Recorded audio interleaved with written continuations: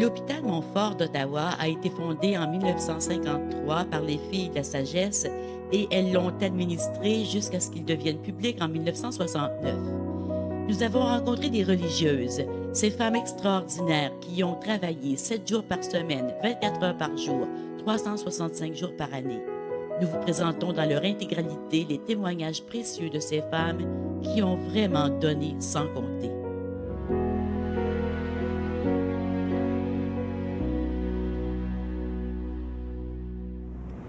Michel Prévost est un historien, archiviste en chef à l'Université d'Ottawa depuis 1990. Il n'hésite jamais à prendre la parole pour sensibiliser la population à l'importance de protéger le patrimoine, plus particulièrement le patrimoine religieux. Au cours de cet entretien, il nous parle de la petite histoire de l'hôpital Montfort, celle derrière la grande. Je voudrais dire que je me sens un petit peu comme un imposteur dans le dossier de Montfort parce que il faut surtout remercier Jean-Yves Pelletier qui travaille maintenant dans le domaine du patrimoine à la Ville d'Ottawa. C'est vraiment lui qui a fait la recherche dans les archives, en fait qui a même sauver les archives de l'hôpital Montfort. Il a fait un historique. Il a préparé l'an passé pour le 60e une magnifique exposition. Alors, si aujourd'hui on peut parler de l'histoire de Montfort, c'est beaucoup grâce à Jean-Yves Pelletier. Alors, je pense qu'il faut le remercier pour le travail remarquable qu'il a fait parce que sans lui, il ne faut pas se le cacher, on connaîtrait beaucoup moins l'hôpital Montfort et il a même fait toute une chronologie. Alors, on a toutes les dates importantes et marquantes et tout ça, c'est Jean-Yves Pelletier qui l'a fait. Alors, je tiens à le remercier pour son beau travail. Bien sûr, Montfort, c'est une des plus grandes institutions de l'Ontario français et j'ajouterais que à travers le Canada français et au Québec en particulier, on connaît l'hôpital Montfort pour la crise de Montfort à partir de 1997. Alors là, on peut dire que l'hôpital Montfort, c'est une institution phare de l'Ontario français. Et ce qui est intéressant, quand on peut comparer Montfort à d'autres institutions, par exemple à l'Université d'Ottawa et à beaucoup d'autres, au départ, on a toujours une communauté ou des communautés religieuses qui sont derrière ça.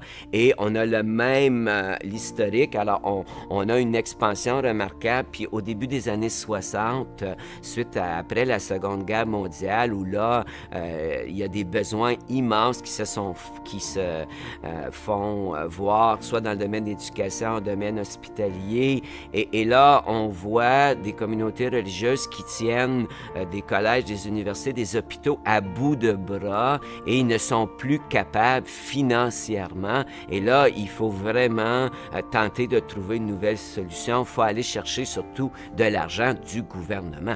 Comment voulez-vous, dans les années 1960, gérer un hôpital, un grand centre hospitalier sans l'aide gouvernementale? Et on le voit, là, à partir des années 1964, déjà, les filles de la sagesse vont céder une grande partie de leur pouvoir et quelques années plus tard, on va négocier pour trouver une entente avec le gouvernement de l'Ontario. Alors, c'est ce que je trouve intéressant avec l'université, avec l'hôpital Montfort. C'est ce qu'on voit là. On le voit aussi partout en Ontario français et je dirais la même chose au Canada français parce que avec les révolutions tranquilles au Québec, ils vont vivre exactement la même chose. Quand on fait l'histoire de la ville d'Ottawa, ce qu'on remarque, c'est que les premières grandes institutions sont créées par des francophones.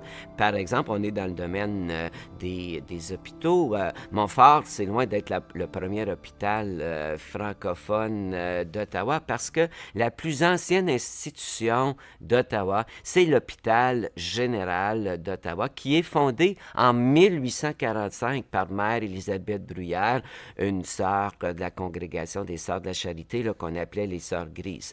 Ensuite, la deuxième institution, établissement de la ville, c'est le diocèse. C'est le diocèse de Bytown qui va devenir le diocèse d'Ottawa, qui est créé en 1847 par Monseigneur Gig, Joseph Bruno Gig, et c'est lui-même qui, en 1848, l'année suivante, fonde l'Université d'Ottawa, le collège de Bytown, qui va devenir la grande université d'Ottawa. Et là, Montfort est créé beaucoup plus tard, mais ce qui est intéressant, à l'exception de l'hôpital d'Ottawa, qui est créé par Mère Bruyère, on remarque que le diocèse, l'Université d'Ottawa et l'hôpital Montfort est créé par des communautés religieuses qui sont fondées en France. Et ça, on oublie beaucoup la part des Français dans le développement d'Ottawa et de ses institutions. Alors, on connaît les pères Montfortin, bien, ils sont créés au début du 18e siècle à Poitiers. Et les sœurs, les filles de la sagesse, bien, c'est créé dans les mêmes années aussi en France à Poitiers. Alors ça, c'est vraiment intéressant de voir que beaucoup d'établissements comme Montfort sont créés par des communautés religieuses qui tirent leurs origines en France. L'hôpital Montfort, c'est ce qui distingue. C'était un hôpital francophone. L'hôpital d'Ottawa, l'hôpital général, par contre, était un hôpital bilingue, mais bien sûr où les francophones étaient majoritaires pendant très longtemps. Mais Montfort a toujours joué un rôle particulier auprès des franco-ontariens parce que les discussions, en fait, on dit toujours que l'hôpital Montfort a été créé en 1953, mais c'est pas quelqu'un s'est pas levé un matin puis dire « Ah, ça prend un nouvel hôpital dans l'est de la ville pour desservir la communauté de Vanier et pour l'est ontarien. » Là, c'est quelque chose qui a mijoté. En fait, c'est tout un projet. Là. On réalise pas les efforts, l'énergie, l'argent que ça prend pour créer un hôpital. Et encore une fois, il faut voir que après la Seconde Guerre mondiale, l'État n'intervient pas comme aujourd'hui. On laisse ça au privé, on laisse ça aux communautés religieuses. Alors, la communauté francophone a commencé à demander, après la Seconde Guerre mondiale, un nouvel hôpital. Et l'idée germe, là, ça devient plus sérieux en 1947. Alors, déjà à la fin des années 40, on parle de l'hôpital Montfort, mais c'est vraiment en 1949 là, qu'on a un premier comité, qu'on a vraiment les premières rencontres sérieuses. Et il faut reconnaître que l'hôpital Montfort, c'est le fruit d'une collaboration de plusieurs intervenants. Puis d'ailleurs, on le dit toujours, quand on travaille seul, on travaille en silo, on n'avance pas beaucoup. Quand on travaille en collaboration avec la communauté, avec plusieurs organismes, on réalise des grandes choses. Puis je trouve que Montfort est un très bel exemple de ça. Alors, bien sûr, il y a la communauté franco-ontarienne. Il y a l'élite qui s'est beaucoup engagée, et en particulier l'Association canadienne-française pour l'éducation là, en Ontario, l'ancêtre de l'Assemblée de la francophonie, qui a pris, en fait, qui a joué un rôle important. Alors, on a la communauté, on a cet organisme-là, mais on s'est associé à deux communautés religieuses à qui on doit beaucoup, les pères Montfortin ainsi que les filles de la sagesse, deux communautés religieuses qui arrivent en Ontario à la fin du 19e siècle, en fait, qui arrivent dans la région à la fin du 19e siècle et qui, peu à peu, vont jouer un rôle de plus en plus important. Mais si on n'avait pas eu ces deux communautés religieuses-là dans les années 50, l'hôpital Montfort n'aurait jamais vu le jour. Mais retenons surtout une collaboration entre deux communautés religieuses et la communauté francophone. Et au départ, mais aussi, il a fallu avoir de l'argent. En 1950, on parle aujourd'hui de la fondation de l'hôpital l'hôpital Montfort, mais on oublie que dès 1950, on a fait appel à la communauté francophone de la région pour une première campagne de collecte de fonds pour aller commencer à développer ce projet-là. Puis bien sûr, par la suite, le fédéral et le provincial va quand même donner près d'un demi-million, mais c'est surtout le haut clergé, si l'archevêque d'Ottawa n'était pas intervenu pour garantir des prêts et tout, ce projet-là n'aurait pas vu le jour non plus, parce que au départ, on a un grand projet, mais on n'a pas un sou pour le réaliser. Alors, c'est pour ça que le projet va s'étaler sur plusieurs années. Un autre exemple qui nous démontre que dès le début, les filles de la sagesse croyaient vraiment à ce projet-là parce que la supérieure, dès 1949, la supérieure sœur Henriette de l'Eucharistie donne un nom officiel à l'hôpital et c'est Saint Louis-Marie de Montfort qui est le fondateur des Montfortins.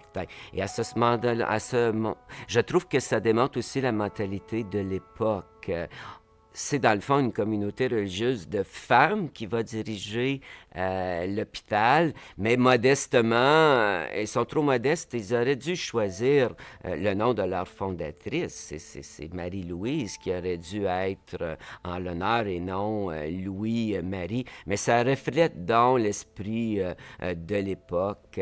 Les femmes font énormément de travail, mais on choisit un nom d'homme. Alors ça, les sœurs ne vous parleront certainement pas de ça, mais ils auraient dû, il me semble, choisir plutôt le nom de leur fondatrice. Mais par contre, c'est une belle reconnaissance aussi pour les pères Montfortins qui ont beaucoup appuyé aussi le projet de cet hôpital-là. Mais quand on regarde dans les faits, qui a dirigé cet hôpital-là? Quelles sœurs se sont dévouées jour et nuit à l'hôpital Montfort?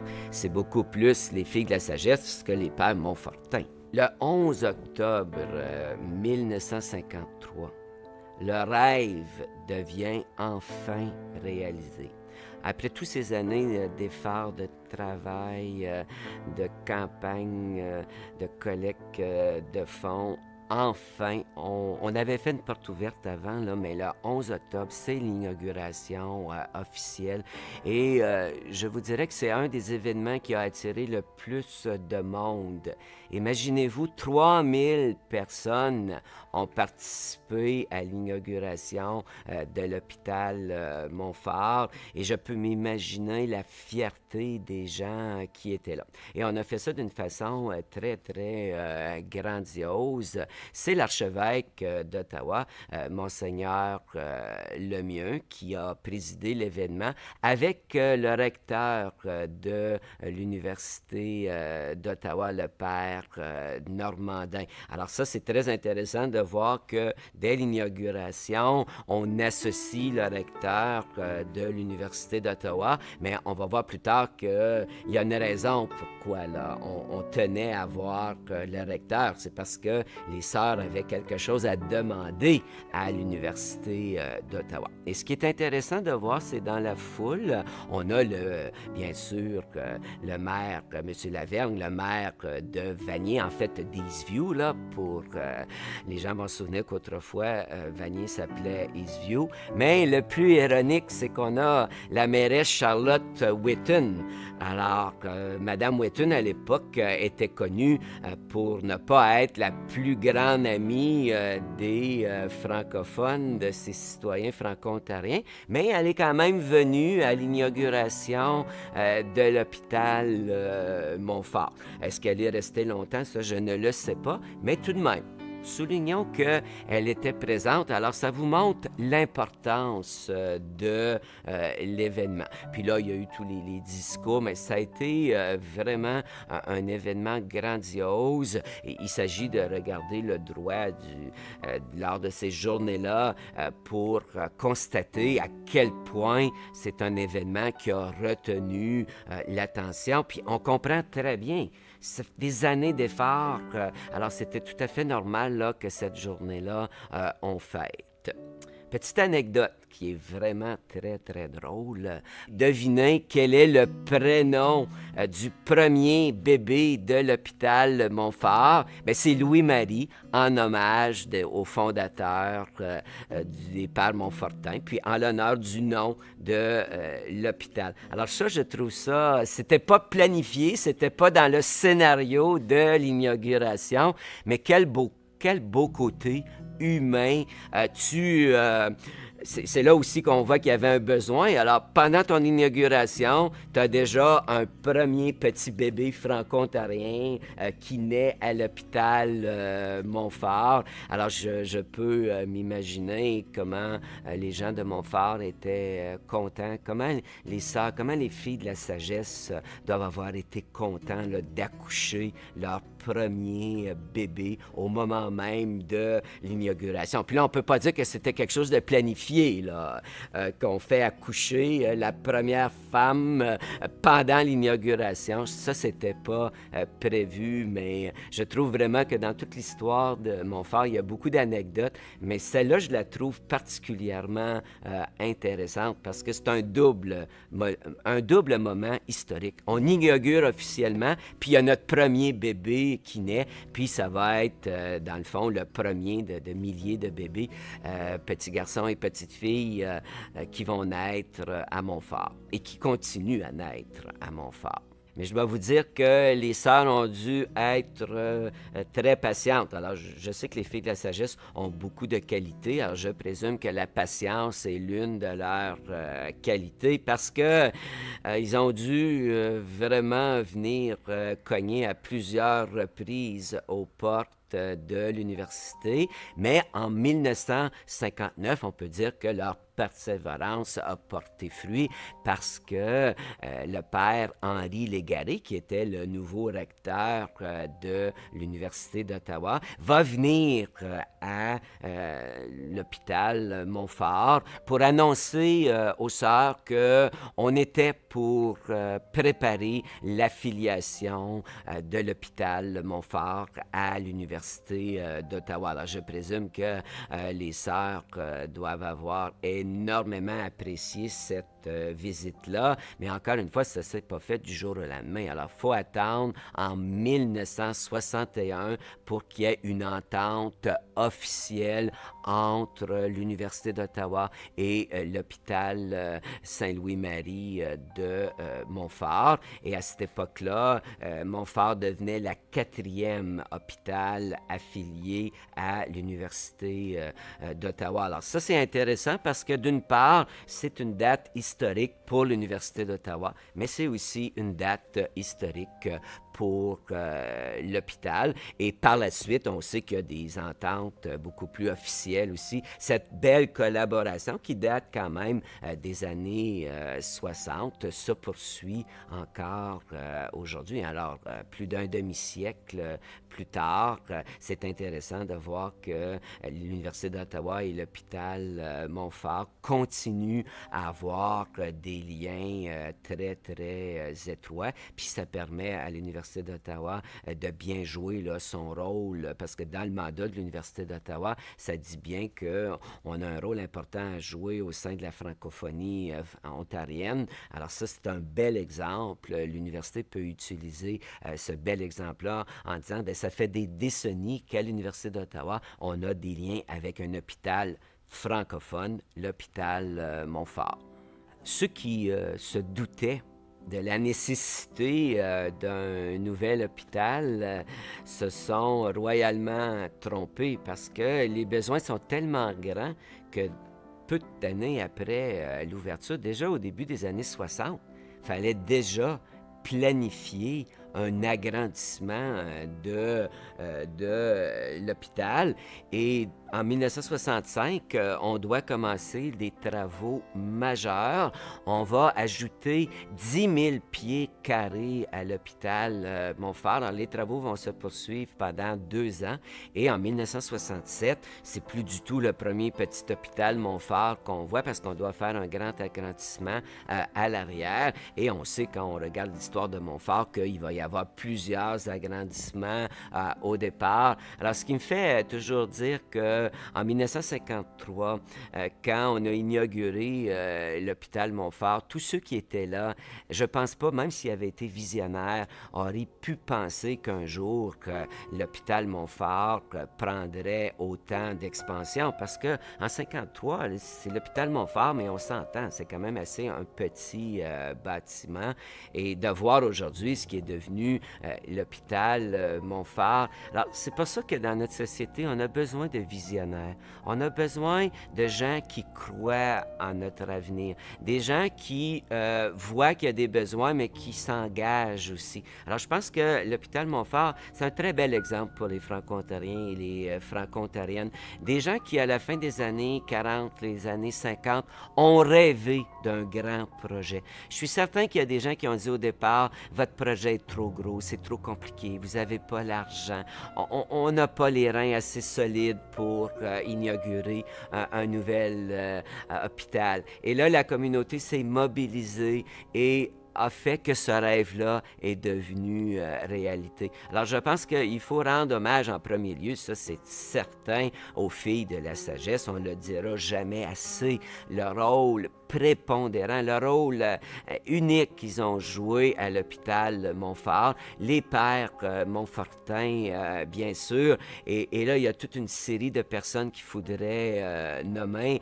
On ne peut pas le faire, mais dites-vous bien que si l'hôpital Montfort a vu le jour en 1953 et a continuellement progressé, c'est qu'elle a eu l'appui, bien sûr, de la communauté et on a tenu ça à bout de bras jusqu'en 1969. Et là, c'est évident qu'en 1969, les sœurs avaient accumulé des dettes, il y avait une expansion. Il fallait absolument trouver une façon de financer l'hôpital Montfort, et c'est là que les sœurs de la charité, les filles de la sagesse ont vendu au gouvernement de l'Ontario. Il y a eu beaucoup de négociations, mais comment l'hôpital Montfort n'aurait jamais vu cette expansion exceptionnelle s'il n'y avait pas eu la contribution, la générosité des filles de la